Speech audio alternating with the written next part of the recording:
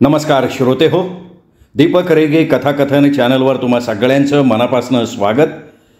श्रोते हो, आजपासून तुम्ही ऐकणार आहात सुरेश वैद्य यांची कादंबरी पर्याय. ही कादंबरी प्रकाशित केली आहे स्वरूपदीप प्रकाशन सोलापूर यांनी. ही कादंबरी माझ्या चॅनलवर वाचण्यासाठी सुरेश वैद्य सरांनी मला परवानगी दिली, त्याबद्दल मी त्यांचे मनापासून आभार मानतो. आणि तुम्हाला एकच विनंती करतो की तुम्ही जर आत्ता चॅनलवर पहिल्यांदा आला असाल किंवा अजूनपर्यंत चॅनल सबस्क्राईब केलेलं नसेल, तुमच्याकडनं चॅनल सबस्क्राईब करायचं चुकून राहून गेलं असेल तर प्लीज चॅनल सबस्क्राईब करा. चला श्रोते हो, सुरू करूयात. सुरेश वैद्य लिखित पर्याय भाग पहिला. त्या बंगल्याच्या गेटच्या बाहेरच मी गाडी उभी केली. उतरलो, गाडी स्टँडला लावली आणि फाटक ढकलून आत शिरलो. अंधेरीच्या 7 बंगला भागातला हा शेठ रामनाथ अगरवालांचा बंगला.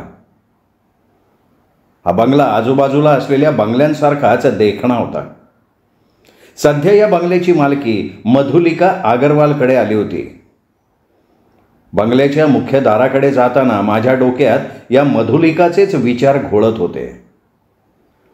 माणसाचं नशीब कुठे आणि कसं फळफळेल हे सांगता येत नाही. मधुलिका अगरवालही त्याला अपवाद नव्हती.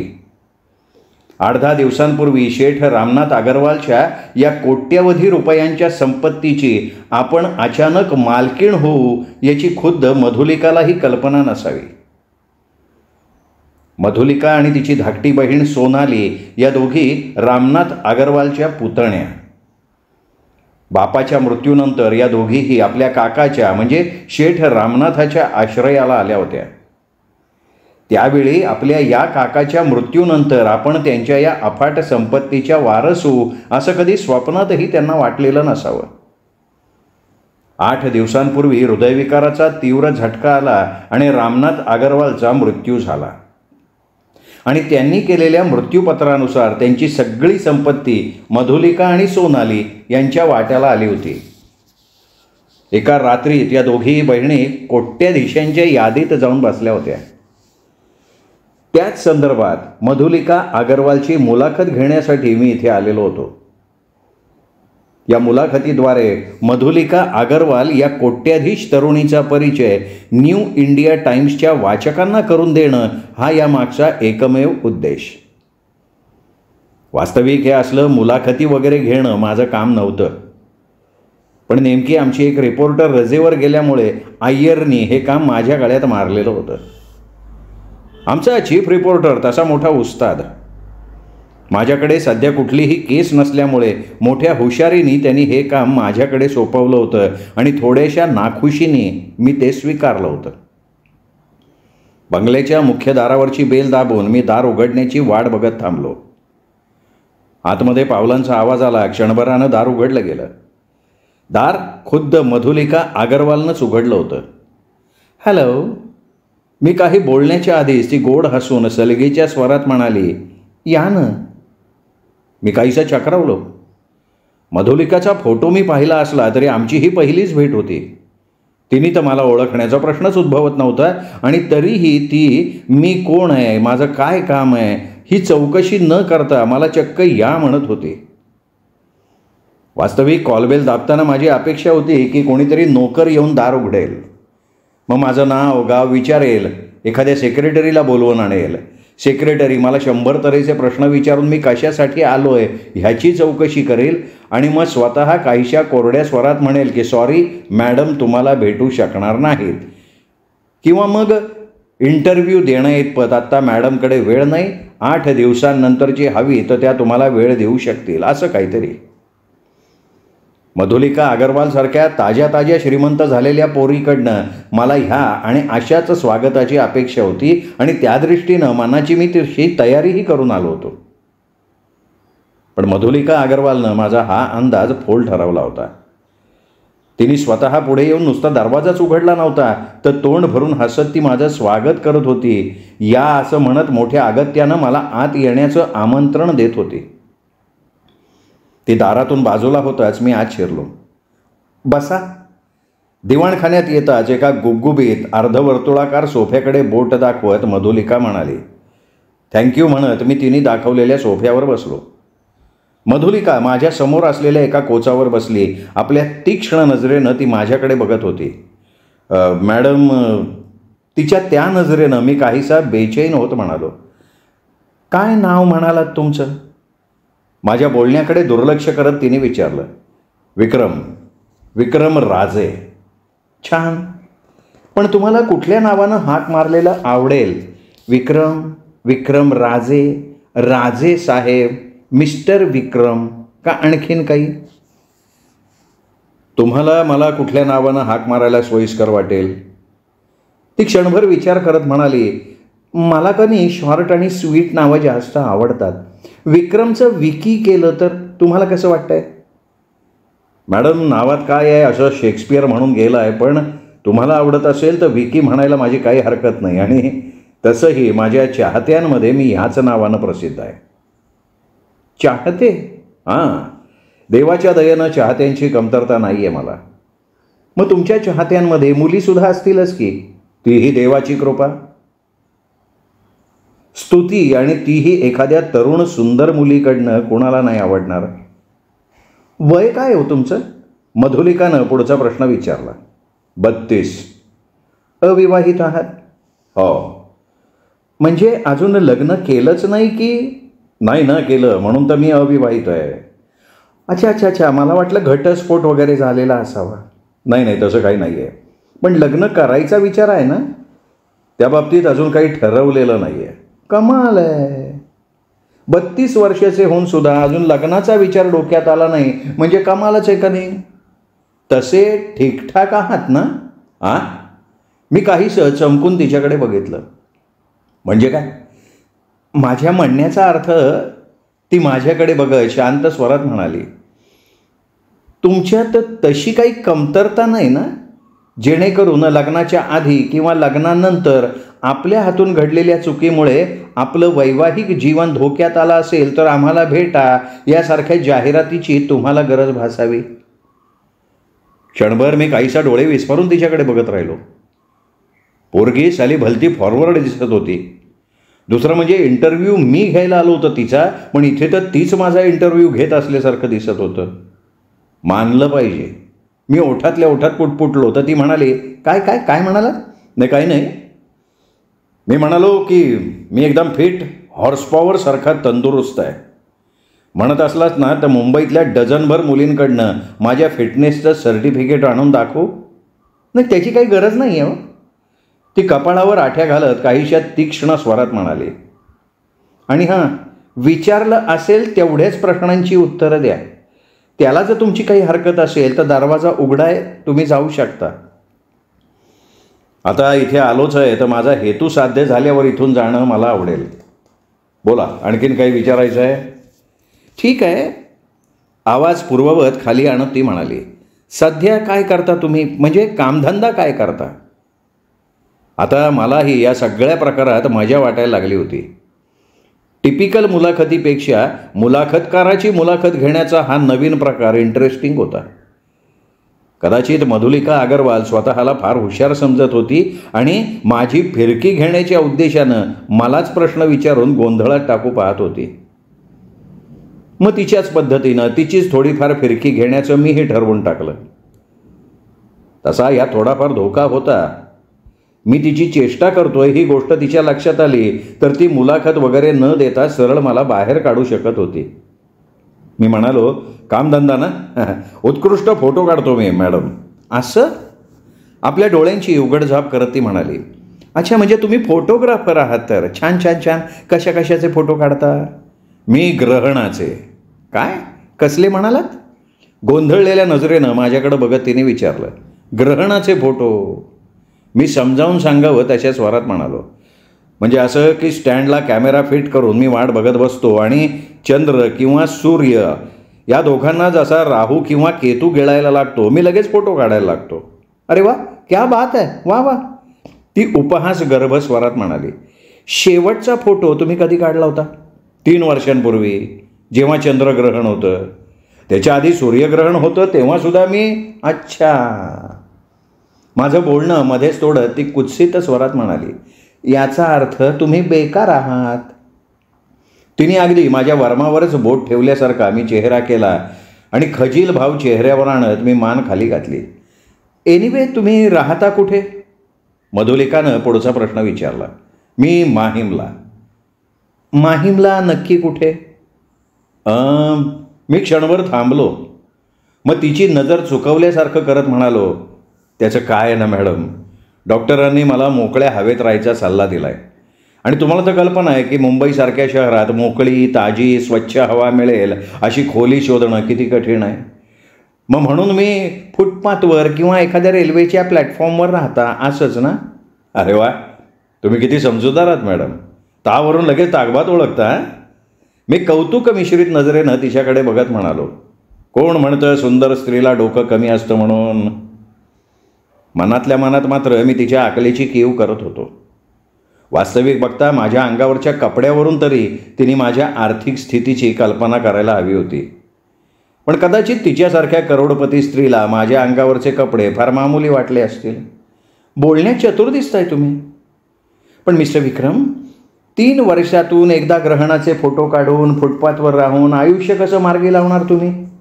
पुढच्या आयुष्यात काय करणार आहात तुम्ही? हेच जे आजवर करत आलो. माझ्या म्हणण्याचा अर्थ काहीही करणार नाही. खरं सांगू का मॅडम, मी फक्त आजची काळजी करतो. उद्याचा दिवस कोणी पाहिला आहे? म्हणजे आज तुम्ही जे आणि जसं काही जगताय त्यात समाधानी आहात? समाधान मानण्याशिवाय दुसरा इलाज आहे का? तुमची महत्त्वाकांक्षा नाही काही? नाही कशी आहे ना. जगातल्या प्रत्येक माणसाची काही ना काही महत्त्वाकांक्षा असतेच की. फुटपाथवर राहणाऱ्या माणसाला झोपडीत राहावं असं वाटतं. झोपडीतल्या माणसाला पक्क्या घरात. साध्या घरात राहणारा माणूस फ्लॅटचं स्वप्न बघतो, तर फ्लॅटमधला बंगल्याचं. एवढंच कशाला, राजकारणी माणसं तर फार महत्त्वाची असतात मॅडम. नगरसेवक म्हणून निवडून आलेला आमदार होण्याचं स्वप्न बघतो, आमदार झालेला खासदार व्हायचं स्वप्न बघतो, मंत्री झालेला मुख्यमंत्री व्हायचं स्वप्न बघतो, तर मुख्यमंत्र्याला पंतप्रधान व्हायची महत्त्वाकांक्षा असते. शिवाय मिस्टर विक्रम, मला मध्येच अडवत मधुलिका कपाळावर आठ्या घालत म्हणाली, इतरांच्या नाही, मी तुम्हाला तुमच्या महत्त्वाकांक्षांबद्दल विचारते आहे. तुमची काय महत्त्वाकांक्षा आहे? मलाही वाटतं माझ्याकडेही तुमच्यासारखा असा आलिशान बंगला असावा, एक विदेशी कार असावी, या कार आणि बंगल्याला शोभून दिसेल अशी तुमच्यासारखी सुंदर, हुशार, देखणी पत्नी असावी, भरपूर बँक बॅलन्स असावा, सोसायटीमध्ये मान असावा. बस बस बस. राहताय फुटपाथवर आणि स्वप्न बघताय ताजमहालाचं. मॅडम, जर स्वप्नच बघायचं तर मग ते भव्य दिव्य का बघू नये? त्यात कंजूशी कशासाठी करायची?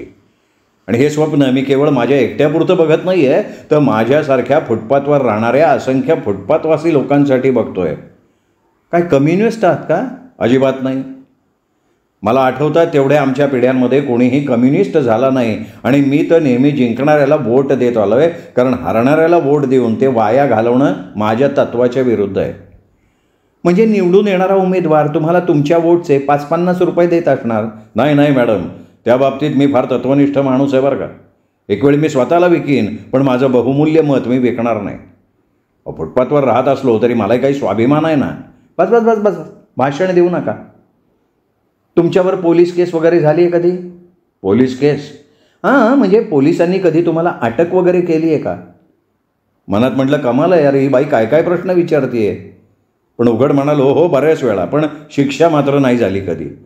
काय गुन्हे केले होते तुम्ही? नाही काहीच नाही ना, म्हणून तर शिक्षा नाही झाली ना.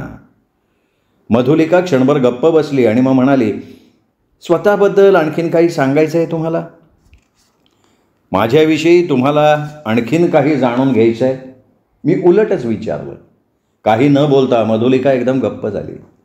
तिच्या चेहऱ्यावर गंभीर भाव उमटले होते. विचारमग्न नजरेनं ती माझ्याकडे एकटक बघत होती, जणू माझ्याविषयी मिळालेल्या माहितीच्या आधारे ती कुठल्या तरी निर्णयाप्रत पोहोचू पाहत होती. तुमच्या एकूण बोलण्यावरनं तुम्ही प्रामाणिक आहात असं वाटतंय.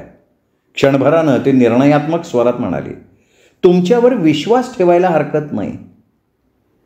विश्वास ठेवायला हरकत नाही, हिच्या या बोलण्याचा अर्थ काय आहे? आता ही आणखीन काय अकलेचे दिवे पाजळणार आहे? मी खरोखरीच्या गोंधळलेल्या नजरेनं तिच्याकडं बघितलं. पैसे कमवायची इच्छा आहे? अचानक तिने विचारलं. हे काय विचारणं झालं का? पैसे कमवायची इच्छा कोणाला नसते मॅडम. किती? 1,00,000 रुपये? 1,00,000? हो, 1,00,000 रुपये कमवायचेत. नकळत ओठ गोल करत मी एक शीळ घातली. मग काहीशा शंकित नजरेनं तिच्याकडे बघत विचारलं, ज्या अर्थी एवढी मोठी रक्कम कमावण्याची संधी तुम्ही मला देतोय त्या अर्थी कामही तसंच काहीतरी विशेष असणार. बोला, या 1,00,000च्या बदल्यात मला काय करायला लागणार आहे? हुशार आहात तुम्ही. मधुलिका चेहऱ्यावर प्रसन्न हसू आणत म्हणाली, 1,00,000च्या मानानं काम फार सोपं आहे. तेच सोपं काम काय आहे हे मी विचारतोय. फार काही नाही, फक्त एक टक नजरेनं माझ्याकडं बघत ती म्हणाली, तुम्हाला माझ्याशी लग्न करावं लागेल. क्षणभर हादरलेल्या नजरेनं मी तिच्याकडे बघत राहिलो. तिच्याकडून अशा काही बोलण्याची मी अजिबात अपेक्षा केली नव्हती. हे म्हणजे आता अति होत चाललं होतं. शेवटी चेष्टेला कुठेतरी मर्यादा होती. मी नम्र पण काहीशा नर्वस स्वरात म्हणालो, हे बघा मॅडम, मी एक साधा सरळ गरीब माणूस आहे. गरिबाची सगळे चेष्टा करतात, पण त्या चेष्टेलाही कुठेतरी मर्यादा हवी. इतकी भयंकर चेष्टा मी सहन करू शकत नाही. ही चेष्टा सहन न होऊन मला हार्ट अटॅकसुद्धा येऊ शकतो. आणि तसं काही झालं तर माझ्या मृत्यूचं पाप तुमच्या डोक्यावर येऊ शकतं. त्यावर ती गंभीर स्वरात म्हणाली, मी चेष्टा करत नाही आहे. मी अगदी सिरियसली तुम्हाला ही ऑफर देते आहे आणि घाईगडबडीनं निर्णय घ्यायची गरज नाही. 1-2 तास शांतपणे विचार करून तुम्ही उत्तर दिलं तरी चालेल. मॅडम, मी स्वप्नात आहे का तुम्ही नशेमध्ये बोलताय? तुम्ही स्वप्नात नाही आणि मी सुद्धा चांगली शुद्धीवर आहे. म्हणजे तुम्ही खरोखर हे फार गंभीरपणे बोलताय? अगदी 100% गंभीरपणे. पण माझ्याबद्दल तुम्हाला काही माहिती नाही, मग तुम्ही माझी निवड का केली? कारण तुम्ही प्रामाणिक आहात. तुमची एकूण स्थिती बघता तुम्ही मला हवे तसेच आहात. आणि आता एवढ्यात तुम्ही स्वतःच म्हणालात ना की माझ्यासारखी तरुण सुंदर पत्नी म्हणून मिळावी. ही तुमची महत्त्वाकांक्षा आहे. तुमची ही इच्छा पूर्ण होऊ शकते. अहो पण, आणि माझ्या बोलण्याकडे दुर्लक्ष करत तीच पुढे म्हणाली, माझ्याबरोबर सगळं आयुष्य काढायची तुम्हाला गरज नाही. फक्त 3 महिने तुम्हाला माझं पती बनून राहावं लागेल. फक्त 3 महिने. मधुलिका हे अशा पद्धतीनं बोलत होती की जणू ती लग्नाबद्दल बोलत नसून आपल्या कंपनीत मला टेम्पररी जॉबसाठी नियुक्त करते. 3 महिन्यांनंतर मी तुम्हाला डायव्होर्स देईन आणि त्याबरोबर 1,00,000 रुपये बोनस म्हणून देईन. बोनस? चायला ही काय खरोखर मला पगारी नोकर समजते काय? मी ताडकन सोफ्यावरनं उठून उभा राहिलो आणि म्हणालो, मॅडम, 1,00,000 रुपयात विकला जावा एवढा मी स्वस्त माणूस नाही. माझ्या त्या पवित्र्यानं मधुलिका काहीशी गडबडली. मग कपाळावर आठ्या घालत म्हणाली, 1,00,000 ही काही थोडी थोडकी रक्कम नाही आहे. पण तरीही तुमची अपेक्षा काय आहे? सॉरी मॅडम, मला वाटतं तुमचा काहीतरी गैरसमज झाला आहे. तुम्ही मला दुसराच कोणीतरी समजताय. दुसरा कोण? मधुलिका आणखीन गडबडली. काहीशा अडखळत्या स्वरात म्हणाली, म्हणजे तुम्ही मी दिलेली जाहिरात वाचून इथे आलेला नाही आहात? जाहिरात? कसली जाहिरात? अहो, जी आजच्या वर्तमानपत्रात प्रसिद्ध झाली आहे. सॉरी मॅडम, मला असल्या कसल्याही जाहिरातीची माहिती नाही. मी तर इथे माझ्या वर्तमानपत्रासाठी तुमची मुलाखत घ्यायला आलो आहे. वर्तमानपत्र, मुलाखत? म्हणजे तुम्ही आहात तरी कोण? नाव तर मी तुम्हाला सांगितलंच आहे. मी न्यू इंडिया टाइम्स या वर्तमानपत्राचा रिपोर्टर आहे आणि अगरवाल ग्रुप ऑफ इंडस्ट्रीजच्या नवीन मालकीण या नात्यानं मी तुमची मुलाखत घेण्यासाठी आलो आहे.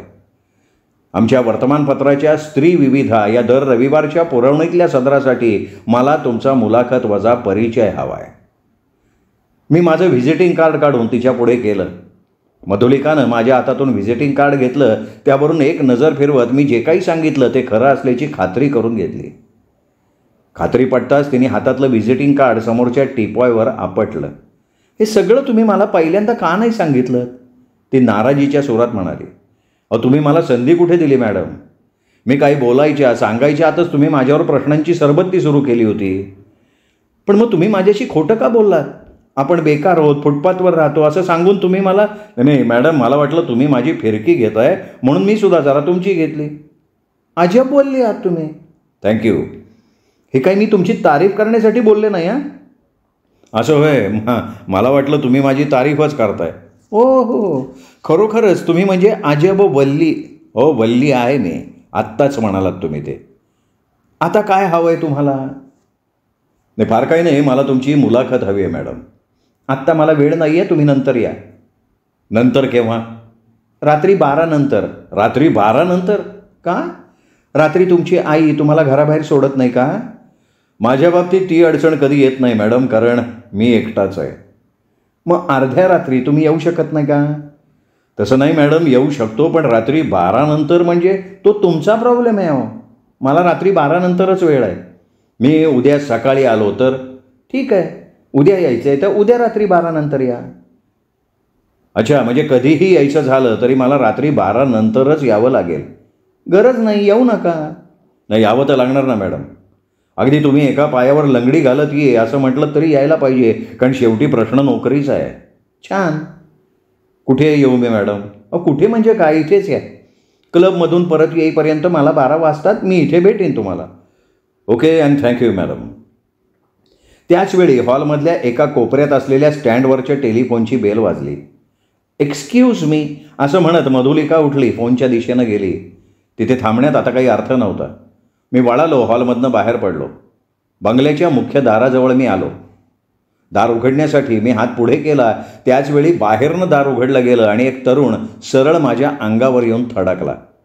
I am sorry sir. तो तरुण स्वतःला सावरत ओशाळलेल्या स्वरात म्हणाला, नो नेव्हर माइंड. माझं नाव रोहित आहे सर. मी रोहित माने. माफ करा सर, मला यायला थोडा उशीर झाला. अच्छा, म्हणजे आजच्या वर्तमानपत्रात छापलेली जाहिरात वाचून तर तुम्ही आलेला नाही आहात ना? येस सर, मी त्या संदर्भातच आलो आहे. एक क्षण मी त्याचं निरीक्षण केलं. तो माझ्याच वयाचा पण किरकोळ अंगयष्टी असलेला तरुण होता. त्याच्या अंगावरच्या कपड्यांवरनं त्याची आर्थिक स्थिती फारशी चांगली नसल्याचं लक्षात येत होतं. मधुलिकानं जाहीर केलेल्या 1 लाखाची त्याला निश्चित गरज भासणार होती. डोंट वरी दोस्त, त्याच्या पाठीवर थोपटत मी म्हणालो. तसा तुला फारसा उशीर झालेला नाही आहे. असाच पॅसेजमधनं सरळ पुढे जा. ड्रॉइंग हॉलमध्ये ती तुमची वाट बघते आहे. पण तोच तुझं अविवाहित असेल आणि टेम्पररी जॉबचा अनुभव तुझ्या पाठीशी असेल तरच तुझं काम होईल. म्हणजे? रोहित नावाच्या त्या तरुणानं गोंधळून माझ्याकडे बघितलं. म्हणजे काही नाही रे, गो अहेड अँड गुड लक दोस्त. असं म्हणत मी त्याला तसाच सोडून बंगल्यातनं बाहेर पडलो. बंगल्याच्या फाटकाबाहेर उभी केलेली माझी मोटरसायकल घेतली आणि मी पहिल्यांदा स्टँडजवळ असलेल्या वर्तमानपत्राच्या स्टॉलवर आलो. सगळ्यात पहिल्यांदा स्टॉलवरचा न्यू इंडिया टाईम उचलून बघितला. आजच्याच न्यू इंडिया टाईम्सच्या अंकात 3ऱ्या पानावर असलेल्या जाहिरातीच्या कॉलममध्ये मला मधुलिका अगरवालनं दिलेली जाहिरात दिसली. मी ती जाहिरात सावकाश वाचली. एक सुंदर, निरोगी, अविवाहित आणि सुशिक्षित कुटुंबातल्या तरुणाची गरज आहे. आकर्षक नोकरी, मनाप्रमाणे वेतन. कृपया खालील टेलिफोन नंबरवर संपर्क साधावा. खाली एक टेलिफोन नंबर दिला होता. मी टेलिफोन डिरेक्टरीमध्ये मधुलिका अगरवालचा नंबर बघितला. जाहिरातीत दिलेला टेलिफोन नंबर तिचाच होता. म्हणजे ही जाहिरात मधुलिकानं दिली होती हे अगदी खरं होतं. मी रिस्टॉचमध्ये बघितलं. आत्ता कुठे सकाळचे 11 वाजत होते. मधुलिकाची पुन्हा भेट घ्यायला अजून 13 तासांचा अवधी होता. नकळत माझ्या मनात एक अस्पष्टशी शंका तरळून गेली. ही बाई खरोखरच रात्री 12 नंतर मला मुलाखत देणार होती का केवळ मला मूर्ख बनवण्यासाठी तिने उगीचच मला रात्री 12 नंतर या असं म्हटलं होतं? पण ही शंका मनात येताच मीही ठामपणे ठरवून टाकलं की कोणत्याही परिस्थितीत आपणही रात्री जायचंच. केवळ मला मूर्ख बनवण्यासाठी जर तिने मला रात्री बोलवलं असेल तर तिलाही समजायला हवं शेराला 1.25 शेर भेटला. मी गाडीला किक मारली आणि न्यू इंडिया टाईम्सच्या ऑफिसच्या दिशेनं निघालो. श्रोतेहो, हा होता पहिला भाग पर्याय या सुरेश वैद्य यांच्या कादंबरीचा. दुसरा भाग उद्या. तोपर्यंत नमस्कार मित्रांनो.